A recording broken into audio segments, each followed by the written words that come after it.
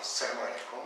Donc, toujours le programme de premier bac sciences maths et sciences expérimentales internationales. Et on commence la chimie par la première leçon, importance des mesures chimiques. Donc la première question qu'on se pose, c'est pourquoi mesurer en chimie? Donc on va voir ça à partir de quelques exemples dans la vie courante. Et ces exemples sont représentés par des activités, activité 1, activité 2, activité 3. Donc, pour l'activité 1, on a l'étiquette d'une eau minérale commercialisée, indique les informations suivantes. En minéralisation moyenne en grammes par litre, donc dans cette eau, il y a des cations, il y a des anions. Donc les cations, il y a le calcium, c'est de plus dans la teneur est 89,2 grammes par litre, le magnésium 4,1, le sodium 17,5, le potassium 3,3, pour les anions, les chlorures Cl-29,9 et ainsi de suite. Pour les bicarbonates 214, le fluor 0,1. Donc voilà, donc cette étiquette nous donne ces valeurs. Donc tout d'abord, on va voir ce que ça représente, ces données chiffrées. Donc ces données chiffrées, leur unité c'est grammes par litre et ça représente combien de grammes il y a de ce constituant par litre d'eau. Donc par exemple là on a 4,1 grammes de magnésium par litre de l'eau. Et ça c'est une concentration. Et c'est une concentration massique. Pourquoi? Parce que le gramme est l'unité de la masse. Donc par définition, on définit la concentration massique par le quotient M sur V, M étant la masse du constituant, et en grammes, et V sur le volume de l'eau. Et plus que la masse est grande, plus que l'eau est concentrée en ce constituant. Donc la concentration massique, c'est la masse du constituant sur le volume de l'eau. Mais il faut faire attention. Si la masse M là représente la masse de l'eau, on va avoir la masse de l'eau sur le volume de l'eau et ça c'est une masse volumique. Donc ce n'est pas une concentration. Il faut faire attention entre la masse volumique et la concentration massique.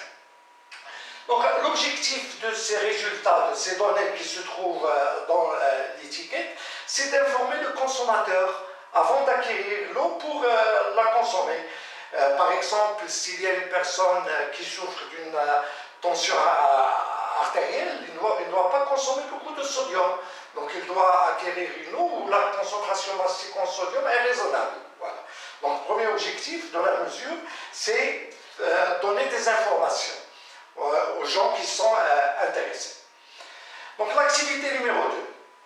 Donc pour un lait de qualité, il faut que la densité doit être comprise entre 1,030 et 1,034.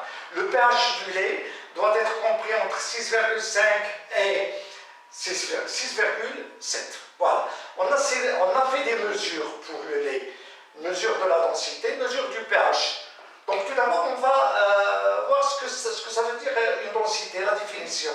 La définition de la densité, donc par définition, la densité d'un liquide ou d'un solide, c'est la masse de ce liquide ou de ce solide sur la masse du même volume d'eau. Donc on le compare avec l'eau, donc le même volume. Donc D est égal à la masse du liquide sur la masse de l'eau. Et la masse c'est quoi? C'est la masse volumique du liquide ou du solide fois le volume sur la masse volumique de l'eau sur le volume. Si on simplifie par le volume, ça nous donne la masse volumique du liquide sur la masse volumique de l'eau. Donc D est égal le rapport entre la masse volumique du liquide sur la masse volumique de l'eau. Les unités de la masse volumique, c'est kg par litre ou bien grammes par centimètre cube. Et la densité est 100 unités. Le pH, ça indique l'acidité du lait. Donc, l'objectif de ces mesures, c'est surveiller la qualité de lait. Pourquoi? Pour protéger la santé des consommateurs, d'une façon générale, pour protéger l'environnement. Mais on ne fait pas ces mesures pour le lait uniquement, mais pour l'ensemble des produits agroalimentaires. pour surveiller et protéger l'environnement d'une façon générale, le contrôle des produits agroalimentaires et de l'air nécessite des mesures nombreuses et variées. Donc on fait des mesures nombreuses et variées pour les produits agroalimentaires, pour l'air, tout ça pour protéger l'environnement. L'activité numéro 3. Les analyses du sang d'un patient ont donné les résultats suivants. Pour l'urée, 0,86 g par litre, le cholestérol, 2,72 g par litre. Les valeurs normales de l'urée doivent être comprises entre 0,70 et 1,10. Les valeurs normales du cholestérol doivent être comprises entre 1,50 et 2,20. Lorsqu'on voit ces données, qu'est-ce qu'on voit? Pour l'urée, 0,86 g par litre, elle est comprise entre les valeurs normales. Pour le cholestérol, la valeur c'est 2,72 g par litre, elle est supérieure à la valeur supérieure. Donc, par conséquent, le patient, qu'est-ce qu'il doit faire? Il doit consulter son médecin. Il doit consulter son médecin et ce dernier va intervenir pour lui donner un traitement afin de corriger le taux de cholestérol. Donc, la troisième raison pour faire des mesures, c'est faire des interventions afin de corriger ce qu'il faut corriger. Donc, en conclusion, pourquoi on fait des mesures? Bon, tout d'abord, c'est informer. Bon, c'est-à-dire donner des informations.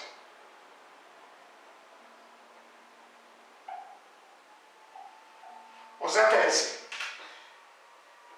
Deuxième raison pour faire les mesures, c'est surveiller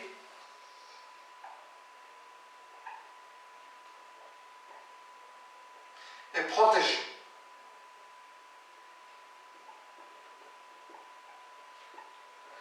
Voilà, surveiller et protéger l'environnement.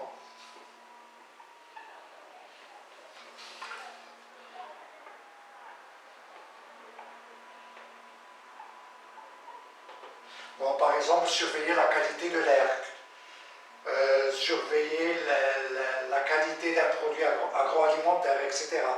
Et pour cela, on doit faire plusieurs mesures, qui ne sont pas nécessairement les mêmes, des mesures variées, donc, plusieurs mesures.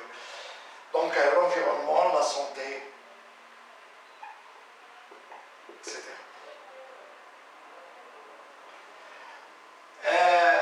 Troisième raison, c'est faire des analyses pour intervention, donc intervenir.